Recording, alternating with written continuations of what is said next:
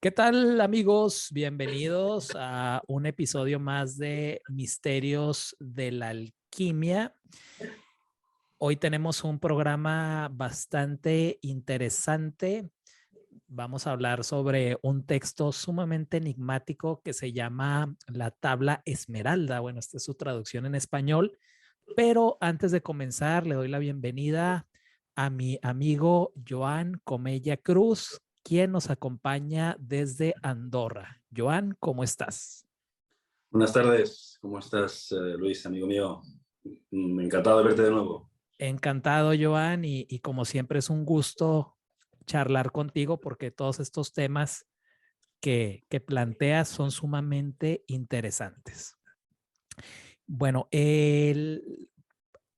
la tabla Esmeralda, Joan, no sé por dónde comenzar. Tengo aquí un escrito, una investigación que yo hice hace un par de años, donde tengo una definición de la tabla esmeralda.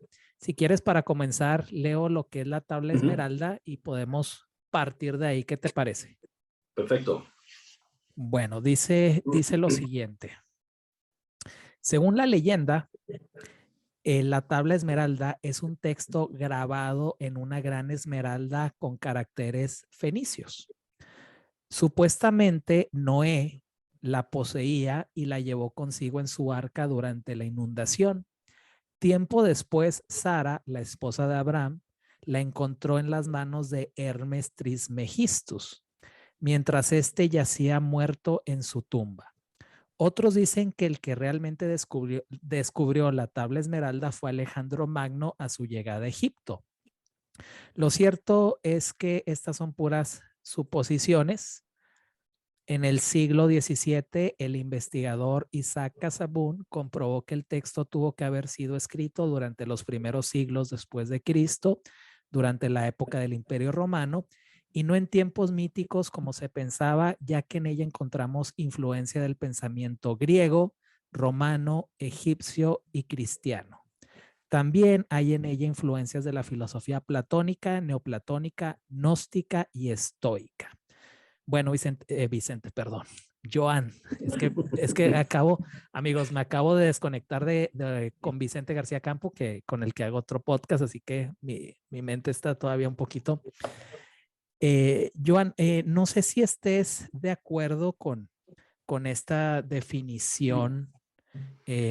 Estos textos son muy misteriosos y realmente no se sabe de dónde provienen, cuándo se escribieron.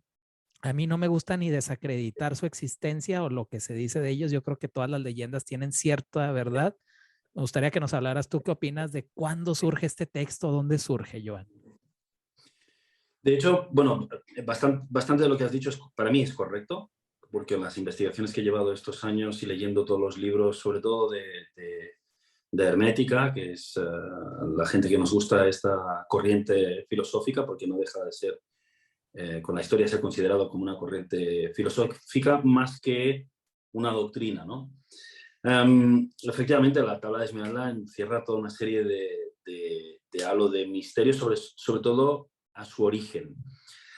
Por lo que hace referencia a la parte de la leyenda en la que tú mencionas al hallazgo por parte de la esposa de Noé, que haya en manos de Hermes Trismegisto la tabla de Esmeralda, es un episodio bastante recurrente. Lo que pasa es que yo me gustaría incidir el hecho de que estas leyendas, como todas las buenas leyendas, luego ya discutiremos si detrás de una leyenda hay algo de verdad o no, alguna Claro, cosa tiene que haber, pero como todas las leyendas llevan una fuerte carga simbólica.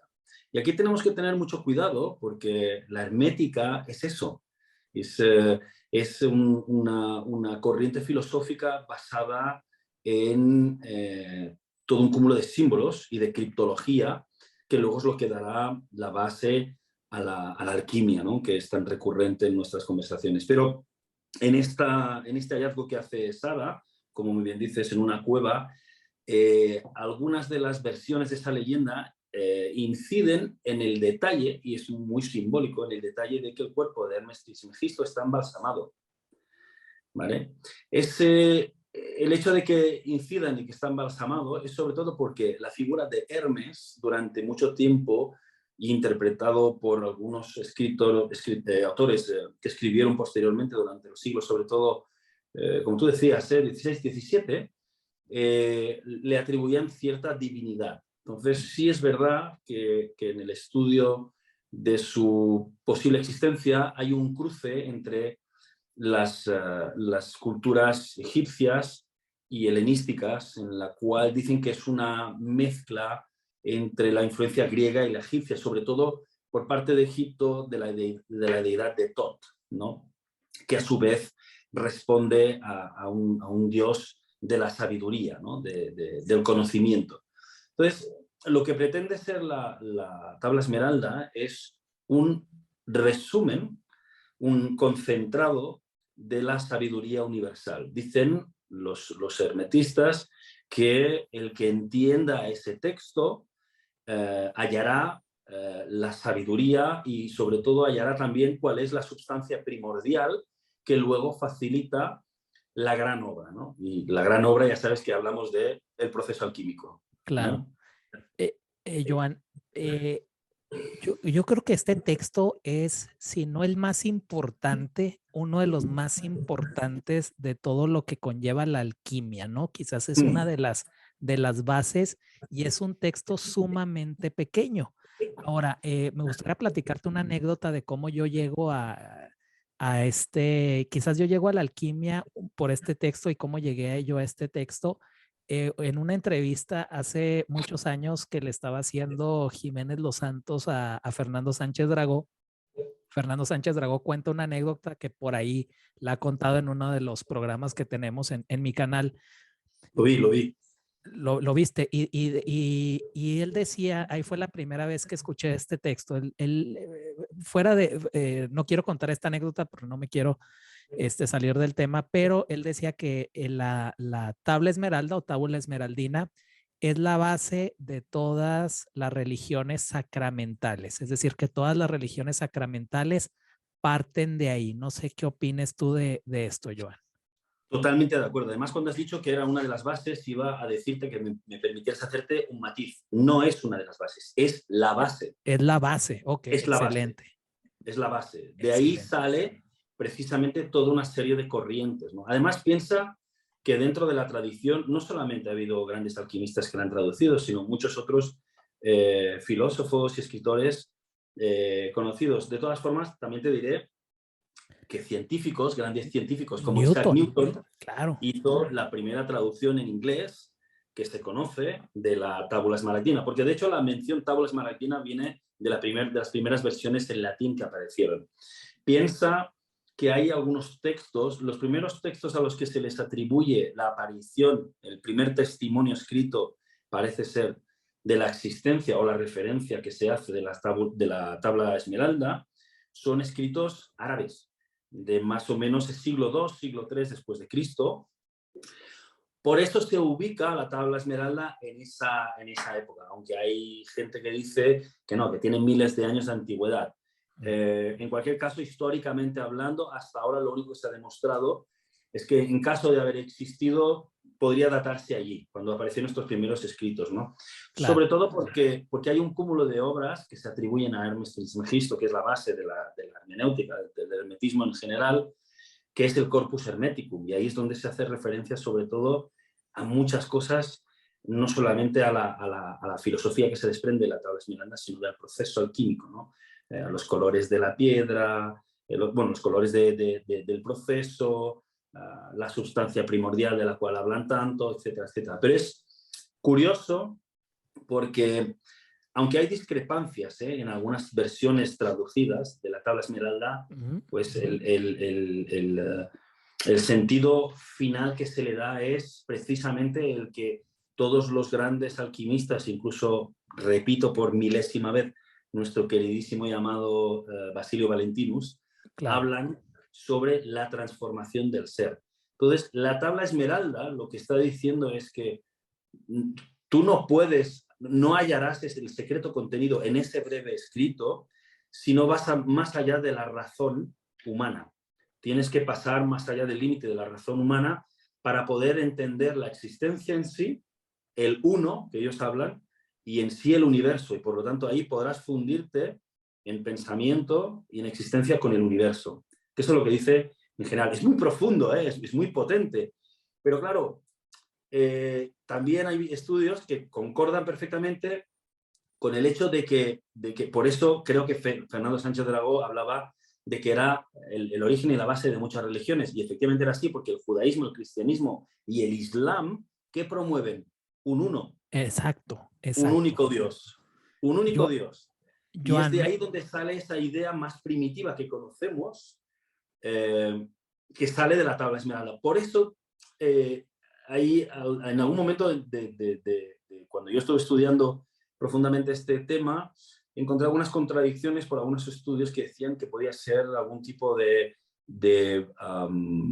corriente pagana, de corriente gnóstica, quizás. sí, gnóstica, ¿no? Pero claro, los cristianos y los judíos y los musulmanes concuerdan con esta idea del Dios único, ¿no? Que proviene de allí, o al menos la referencia más antigua que tenemos es esa, ¿no? Por eso es curioso, y a mí me fascinó mucho ver la entrevista que le hiciste a Fernando Sánchez Dragó, que yo también respaldo tu recomendación. Si los espectadores nos ven, por favor, que busquen esta entrevista que le hiciste, porque la verdad, la anécdota que le explica, aunque es larga, vale la pena verlo. Vale la pena, es buenísima. Y me parece, estimados espectadores, que eso está en el primer programa que hice con Fernando Sánchez Dragó, donde él cuenta sobre el libro que había publicado en ese entonces, que son sus memorias Galgo Corredor. Entonces busquen Luis Anchondo con Fernando Sánchez Dragó sobre Galgo Corredor, que es la primera entrevista. Que por cierto, hay un playlist con todas las entrevistas que le he hecho, y muy pronto viene una nueva entrevista. Joan, tengo aquí una versión de la tabla esmeralda que me gustaría leerla. ¿Qué te parece? Es en español. Te me has adelantado, venga. Ah, ok, perfecto. Bueno, hay muchas traducciones y bueno, Muchas. esta, yo la que uso para estudiar académicamente es una traducción en inglés, porque es la que está publicada por una prensa universitaria, pero aquí encontré una versión en español y bueno, la tabla esmeralda está como en pasos, ¿no, Joan? Están numeradas, son pequeñas oraciones y empieza así. Dice, lo que digo no es ficticio, sino digno de crédito y cierto. Lo que está más abajo es como lo que está arriba, y lo que está arriba es como lo que está abajo. Actúan para cumplir los prodigios de el uno, ¿verdad? Y lo enfatizo, del uno. Si me permites, Sí, sí. solo para comentar, existe este libro que es la gran obra de Guillot de Guibry, que es un autor estudioso del tema de la alquimia sobre todo, y él incluye varias traducciones, ¿no? Excelente. Y las pone precisamente para matizar. Ahora te dejo continuar, discúlpame, No, pero adelante. las pone para precisamente demostrar que hay diferentes interpretaciones de las traducciones, porque por lo que acabas de decir tú, solo voy a mencionar las dos primeras frases para que los espectadores vean también lo que es, ¿no? La diferencia que hay. Y pone, claro, verdad sin mentira, cierto y muy verdadero, lo que es inferior es como lo que es superior, y lo que es superior es como lo que es inferior, para el cumplimiento de los milagros de una sola cosa. Claro, es otra traducción y claro, es decir, estos matices son los que han provocado precisamente algunos conflictos a nivel de estudios, porque a todo el mundo le gustaría encontrar la tabla esmeralda para saber cómo es el original, ¿no? Exactamente. Joan, y un paréntesis, y esto es algo que Paracelso hablaba mucho, ¿no? Correcto. Ahora nosotros hablamos mucho de un macrocosmos y del microcosmos, y es algo que se utiliza ya casi en el lenguaje común, pero viene de Paracelso, y Paracelso se refería a este mundo como el microcosmos, que es lo mismo que el macrocosmos. Lo que está abajo es igual que lo que está arriba. Bueno, continúo, dice, como todas las cosas fueron creadas por la palabra del ser, así todas las cosas fueron creadas a imagen del uno. Y fíjate bien lo que acabas de decir. Repito lo que acabas de decir. Como todas las cosas fueron creadas por la palabra del ser, así todas las cosas fueron creadas a imagen del uno. ¿Esto no te recuerda a la tradición cristiana? Totalmente, y para allá iba, totalmente. Y el verbo de Dios? Que viene del Evangelio de San Juan. En el principio fue Exacto. el verbo, que es el evangelio más misterioso de los canónicos, ¿no? Dice, su padre es el sol y su madre la luna, el viento lo lleva en su vientre, su nodriza es la tierra. ¿No te suena esto al Apocalipsis?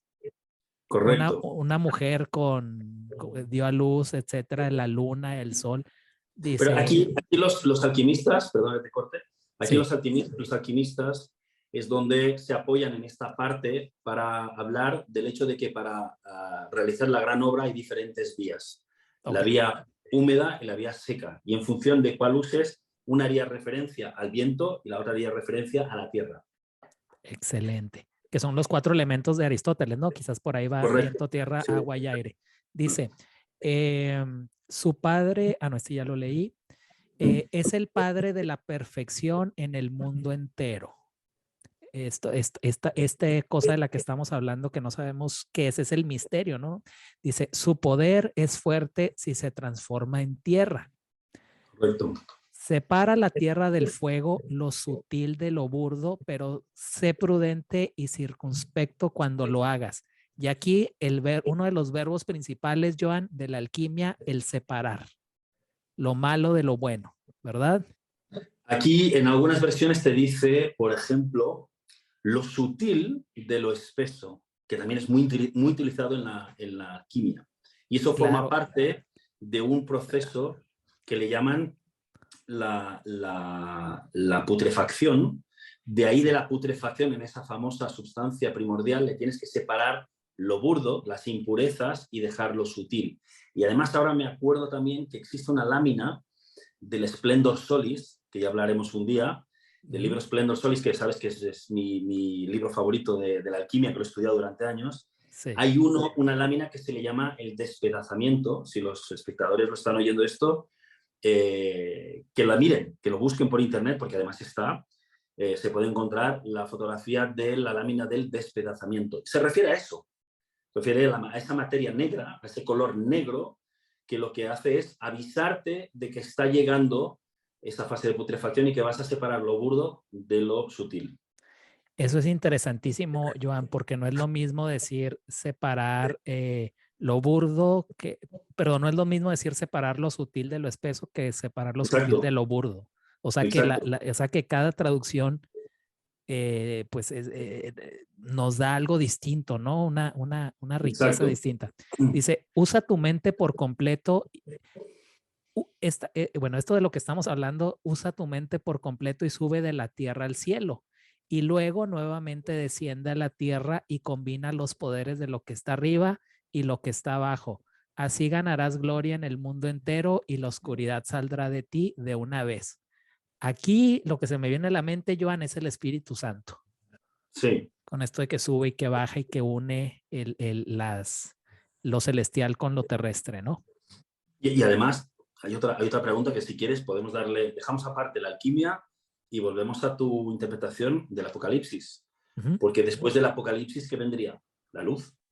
claro, Viene la luz, ¿no? exacto. Entonces, claro, es aunque no creas en nada, por ejemplo, pero es maravilloso como historiador o como, es igual, filólogo, filósofo, que el que estudia algo que está escrito, cómo este escrito tan sintetizado es capaz de representar tantas cosas al mismo tiempo. Totalmente. Quizás toda la sabiduría está aquí, Joan. Es que es eso, esa es la expresión más utilizada en cuanto a la explicación de la hermenéutica y de la gente que cree en el hermetismo, es porque Hermes Trismegisto cuando habla de eso, porque yo poseo, ahora lo vas a leer al final, yo poseo la sabiduría, las 3 partes de la sabiduría del universo. O Claro, sea, se considera que este escrito lo tiene todo, absolutamente exacto. todo. Dice, esto tiene más virtud que la virtud misma porque controla todas las cosas sutiles y penetra todas las cosas sólidas. Es el padre de la perfección en el mundo entero. Su poder es fuerte si se transforma en tierra. Separa la tierra del fuego, lo sutil de lo burdo. No, Sí, perdón, pensé que ya lo había Sí, leído. sí, sí. Separa la tierra del Sí, fuego, sí. lo sutil de lo burdo, pero sé prudente. A ver, creo que... No, perdón, es que estabas en que subió de la tierra al cielo. subió de la tierra al cielo. Esto tiene más virtud que la virtud misma porque controla todo. Ah, sí, penetra. Perdón, es que lo estoy leyendo de mi teléfono y dice, este es el modo en el que el mundo fue creado. Mm. Este es el origen de los prodigios que se hallan aquí. Esto es por lo que soy llamado Hermes Trismegisto, porque poseo las tres partes de la filosofía cósmica. Lo que tuve que decir sobre el funcionamiento del Sol ha concluido. Amén. Amén. Es un texto sumamente pequeño, amigos, se los acabamos de leer y es la base de la alquimia. Se dice que toda la sabiduría está ahí. Se dice que estos son los pasos para transmutar cualquier metal impuro en un metal puro en oro. El que la sepa interpretar puede llegar a ello. Pero fuera de esto, Joan, como bien dices, es interesante que de alguna manera resume los, la filosofía principal de todas las religiones, que como bien mencionaste es esto del uno, ¿no? Sí, exacto. Y además, esto es lo que ha movido siempre a los investigadores históricos a intentar determinar ya no tanto la existencia de la tabla Esmeralda, sino la veracidad y el hecho de que realmente alguien escribió ese texto, porque además es un texto redundante. O sea, cuando se leen algunas investigaciones históricas, ves como en general la tendencia de los historiadores es decir que si bien queda muy bien entredicho, no se puede acreditar la existencia del propio Hermes Trismegisto, sí están todos de acuerdo en que efectivamente existió algún escrito que se le llamaba Tabla Esmeralda. La leyenda, como bien has dicho tú, hablaba de que sobre todo podía tener alguna influencia fenicia, podía estar escrito en fenicio. Yo recuerdo haber investigado esto por mi cuenta y me di cuenta que, como siempre pasa, siempre hay alguien más listo que tú que lo ha hecho antes, ¿no? Pero recuerdo que había investigado sobre la época fenicia. Y es curioso porque en la época fenicia no existía la esmeralda, era muy escasa. Entonces, lo que sí se atribuye es que el material probablemente de la tabla esmeralda, si existió, pues podía ser un jade o algún otro tipo de material parecido, porque antes a muchas cosas que eran de color verde se les llamaba esmeralda, porque realmente la esmeralda era un material preciado, muy preciado, pero muy escaso, casi inexistente. ¿Vale? Por eso, y me acuerdo que encontré algún investigador histórico que esto ya lo había apuntado, ¿no? Ya lo había dicho, ¿no? Estaba yo muy excitado ahí pensando que había descubierto algo y resulta que no, resulta que alguien ya lo había dicho.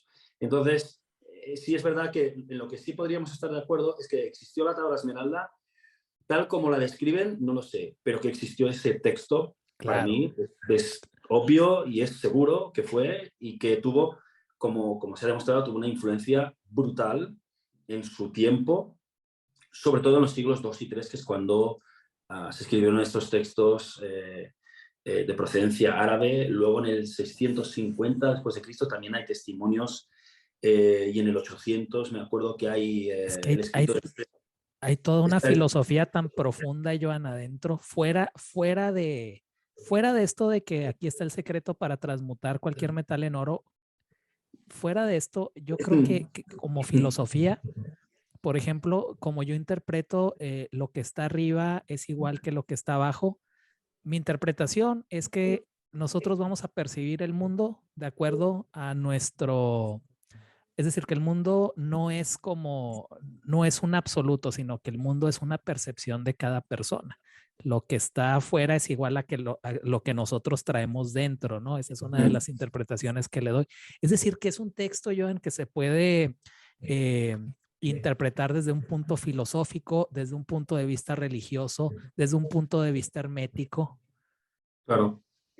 La verdad es que todos los alquimistas, desde el más antiguo que nosotros podamos tener conocimiento hasta hoy en día, un alquimista que haya practicante, todos pasan por declararse discípulos y aférrimos de Hermes Trismegisto y de su corriente filosófica, porque no se puede concebir que el alquimista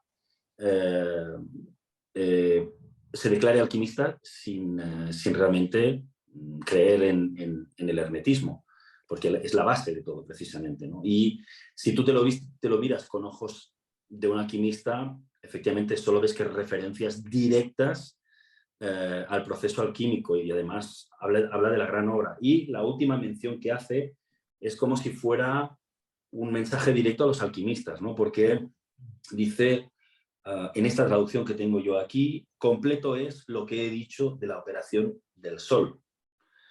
La operación del sol, el sol es un símbolo alquímico por excelencia, al que se hace referencia continuamente. El fuego. ¿No? Y el fuego, y el trabajo con el fuego. Sin el fuego no puedes hacer la gran obra. Entonces, claro, es un texto que hace referencias directas a muchas cosas, pero sobre todo, si eres alquimista, tú te sientes identificado sobre todo con él, ¿no? Con el presunto autor de ese escrito. Y sobre todo, es como si él te estuviera hablando directamente, y además, como es un escrito tan críptico, tan velado de simbología, pues el alquimista aún se siente más identificado y más confortable con él, ¿no? Por más dificultad que le presentes.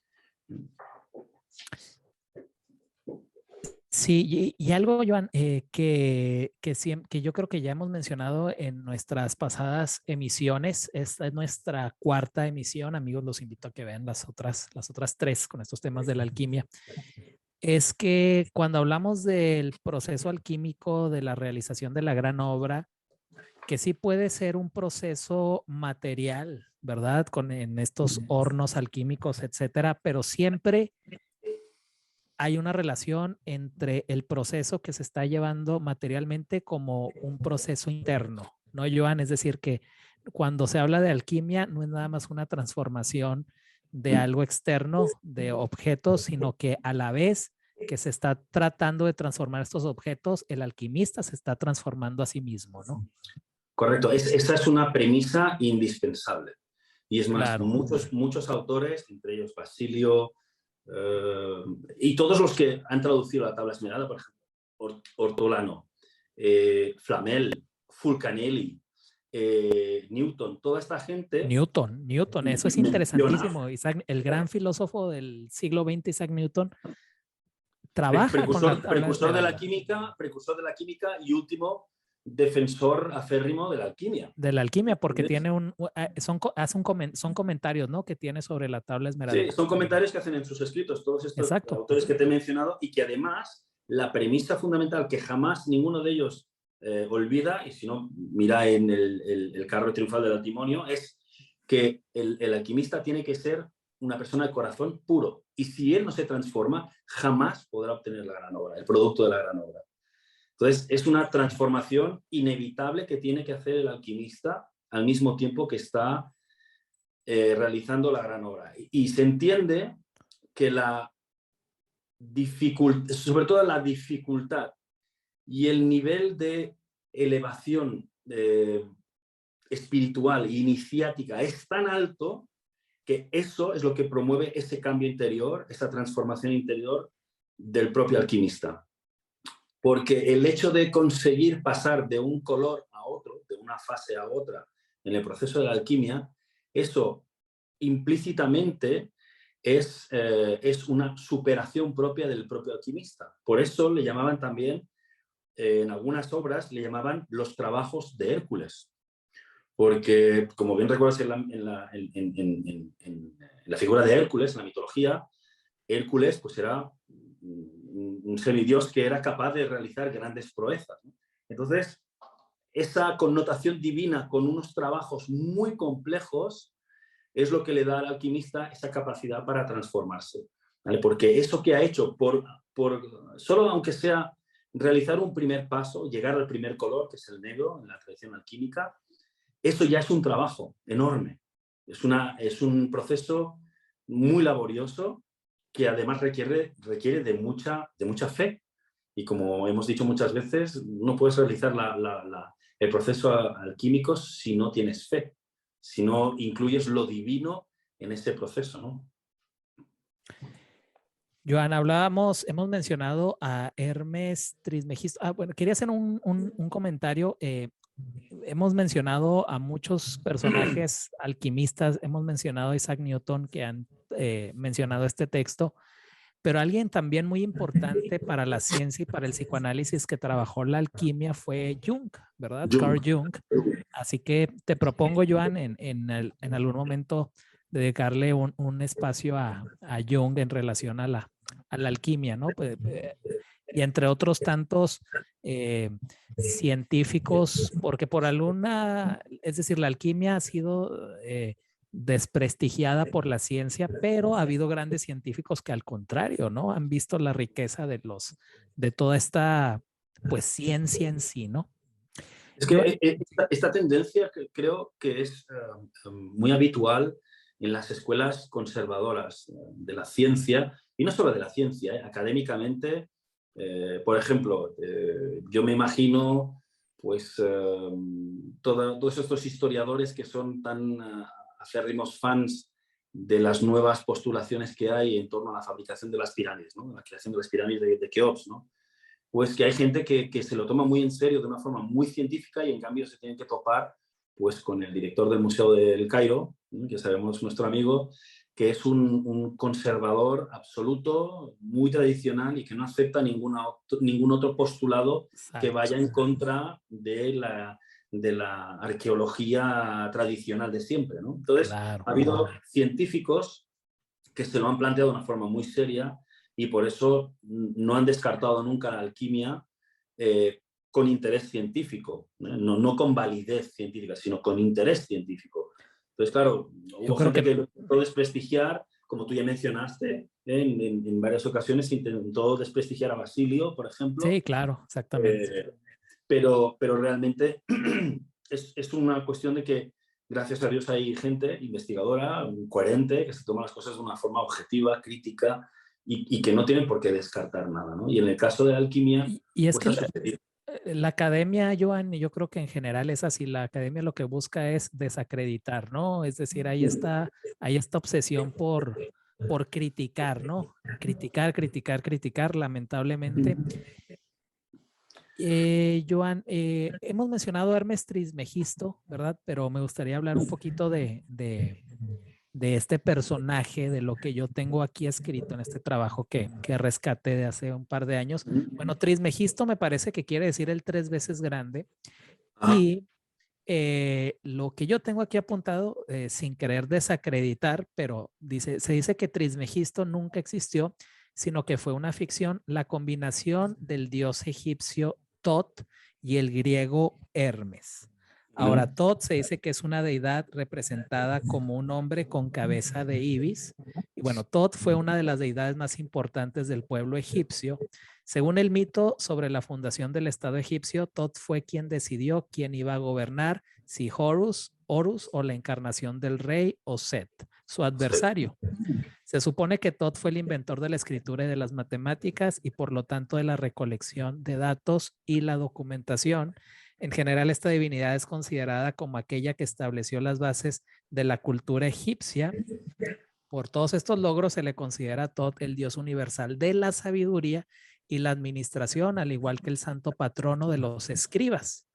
Cosmológicamente, esta deidad también tuvo un significado para los egipcios, ya que representaba el dios de la noche y por lo tanto aquel que regulaba las fases de la luna y el curso de las estrellas. A mí me gustaría preguntarte, Joan, si estamos de acuerdo en que la tabla esmeralda muy probablemente surgió en Egipto, o tú crees que no. Yo creo que surgió en Egipto, básicamente por una datación simple de los primeros escritos que aparecieron, por las traducciones que nos han llegado, que fueron hechas en Egipto. Sí es verdad que ya en ese momento había una influencia helenística importante en Egipto. Claro. Pero también hay estudios que acreditan, que defienden que, por ejemplo, lo más seguro, lo más probable es que hubiera, esto es una conjetura, pero que lo más probable es que hubiera alguna copia del escrito de la tabla de Esmeralda en la biblioteca de Alejandría. Porque, como bien has dicho tú antes, se le atribuye cierta influencia de Alejandro Magno, porque Exacto. unos dicen que la encontró él Exacto. y otros dicen que hasta a lo mejor el texto tiene alguna influencia de algún erudito de la biblioteca de Alejandría o bien del propio mentor de Alejandro Magno, de Aristóteles. Entonces, claro. ¿Quién lo habrá escrito, Joan? Me estoy imaginando quién, porque tuvo que haber sido una persona. No creo que no creo que sea un texto que venga de una, bueno, quizás sí de una tradición oral, pero todos estos textos que vienen de una tradición oral, alguien los tuvo que poner por escrito. Yo creo que sí hubo una persona que toma todo este conocimiento y lo escribió. Yo creo que eso es algo que nunca sabremos, ¿no? Es decir, es quizás imposible, a menos de llegar a una edición que sea la edición Princeps, ¿no? La primera, y ahí venga la firma del escriba. Alguien, o al menos que alguien se tropieza con la tabla esmeraldina, casi como pasó con los rollos del Mar Muerto, ¿no? Imagínate, claro, imagínate que sucediera algo así, ¿no? Y digamos, y encontráramos una, aunque no fuera físicamente la tabla de esmeralda, no fuera una roca de esmeralda esculpida, pero que fuera un texto que fuera una transcripción. Eso sería, vamos, el día que alguien descubra eso, vamos, ya se puede echar a descansar, porque sería un hallazgo bestial y saber quién lo hizo.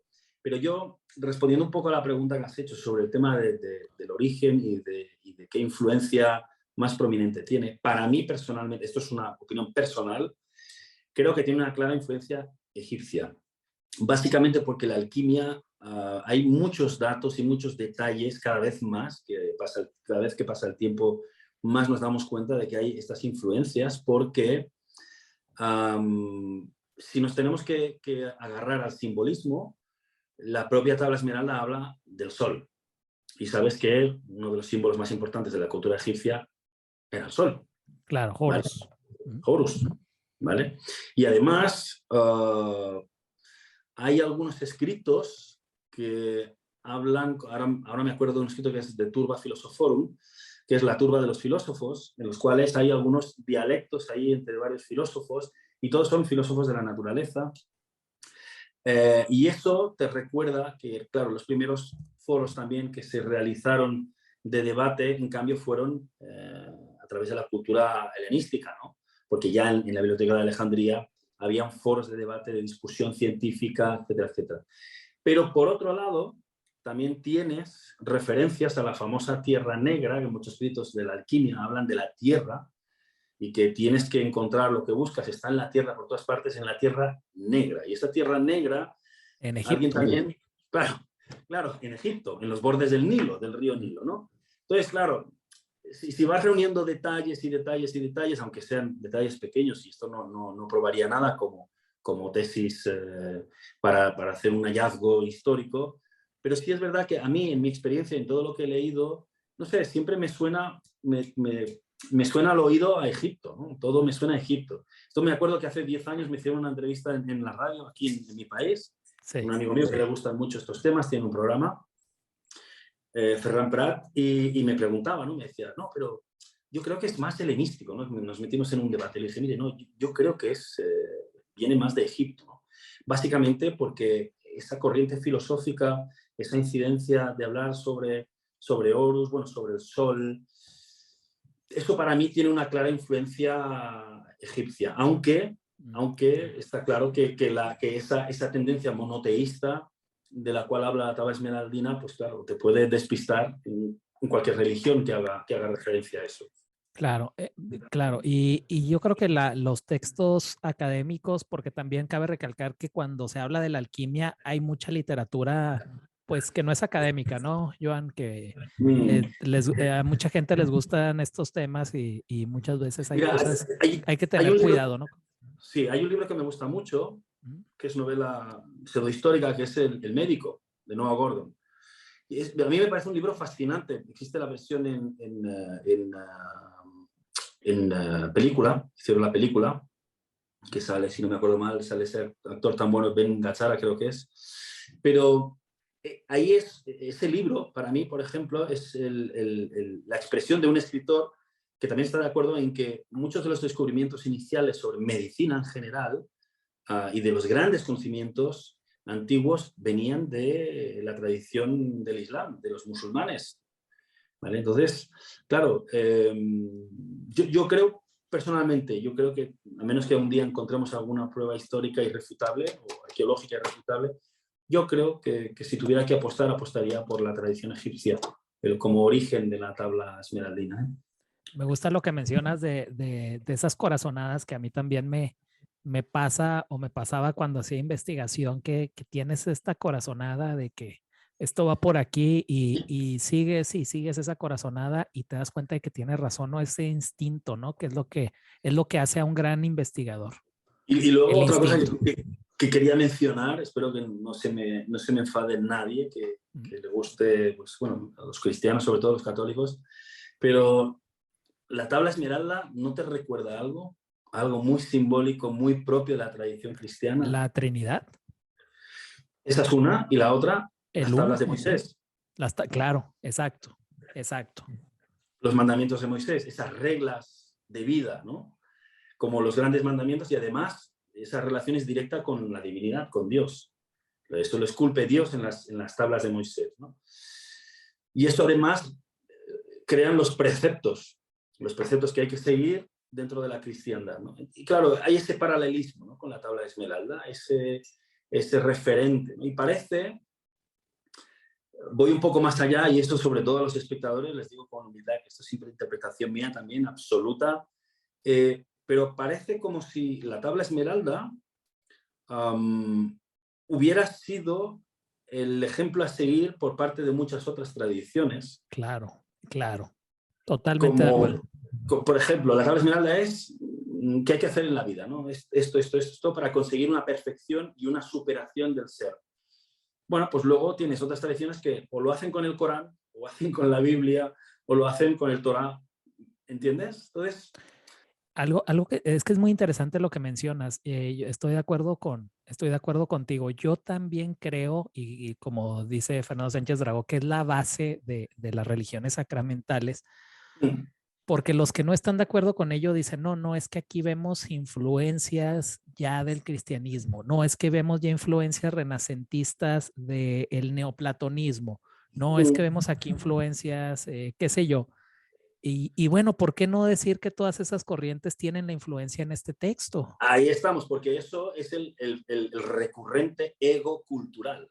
Ok, Es decir, muy bien. nuestro ego cultural no nos permite pensar, o nuestro ego religioso no nos permite pensar que a lo mejor nosotros somos el resultado de esa influencia. Exactamente. Nosotros Exactamente. no hemos influenciado. ¿Por qué nosotros tenemos que influenciar en ese texto? ¿Será que este texto a lo mejor es tan antiguo y tan maravilloso que fue nuestra influencia más primitiva que hizo que nosotros hiciéramos por ese curso?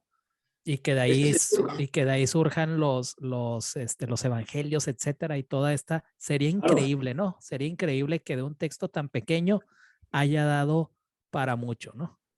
claro, y por eso, pues claro, yo, como ya hemos hablado muchas veces, ¿no? El ser humano muchas veces está carente de humildad y siempre tenemos que luchar para ser humildes lo máximo posible, ¿no?